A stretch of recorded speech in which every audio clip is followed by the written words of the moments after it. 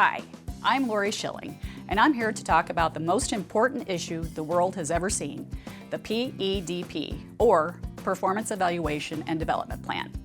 Although I literally get hundreds of emails each month about how great our current PEDP process is, we thought we could make it even better. In this flashy big budget video, we'll discuss the PEDP process, the new revised PEDP form, and some awesome tips for conducting PEDP meetings. Now, let's get started. As you know, the PEDP process takes place throughout the year. Performance planning, which happens around December or January, a mid-year evaluation, which takes place around June, and then a year-end evaluation, again in December or January. During each of these times, the employee and supervisor will fill out different parts of the PEDP. As I mentioned earlier, we now have a new PEDP form at MPPD, which I think you'll agree is more exciting than 1,000 Super Bowls. Let's take a look. Now that we've seen the new form, it's time for some awesome tips so you can fill out that PEDP like a rock star. Now, I didn't actually prepare any tips, so instead I found this old film in the vault that probably has some relevant information. Enjoy!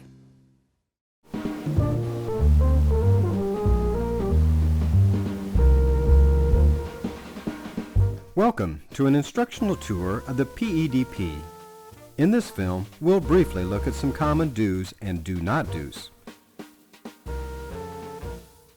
Do prepare ahead of time. A well-prepared PEDP is a successful PEDP. Also, do set aside enough time to go through the meeting without being rushed.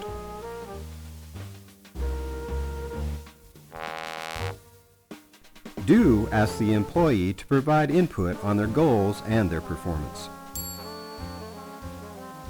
It's okay to solicit performance feedback from others, for example, those to whom this employee provides work. Do consider overall performance for the entire year, both positive and negative. The employee needs to know both aspects, as they can't improve if they don't have the opportunity. Do keep notes on performance throughout the review period. Save examples to refer to in the meeting. Do make goals clear. And finally, be honest with the rating. As former President Harry Truman once said, intense feelings too often obscure the truth. With every PEDP, strive to be honest with the employee, whether good or bad. Now that we've seen some do's, we should also look at some don'ts.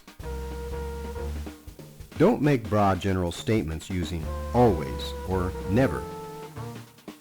Don't give everyone in the same job the same review. Don't expect the employee to write the review. That's your job. Don't give one-word answers such as complete or achieved, but describe what happened and how the employee performed. Don't allow the form to dictate the discussion.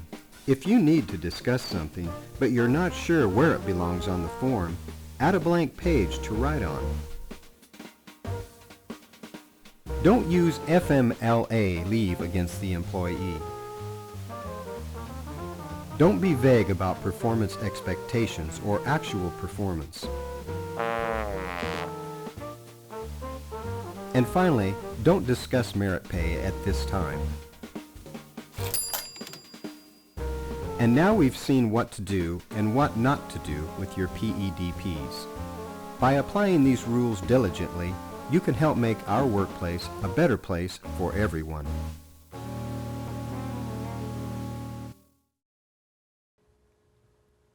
Wow, that was surprisingly relevant.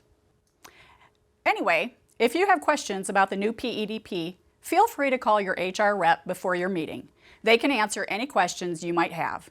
And if you don't have any questions, then it looks like we're ready to get this party started.